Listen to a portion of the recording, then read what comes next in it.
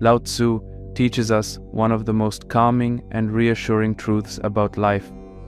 Nature does not hurry, yet everything is accomplished. This simple yet profound statement reveals a deep wisdom. Life unfolds in its own time, without force, without struggle, without unnecessary rush. Look at the natural world. Trees grow at their own pace, flowers bloom when the season is right, rivers flow to the ocean without needing to be pushed. There is no anxiety in nature, no desperate attempts to speed things up, and yet everything gets done. The sun rises, the seasons change, and life continues in perfect harmony. Contrast this with human behavior.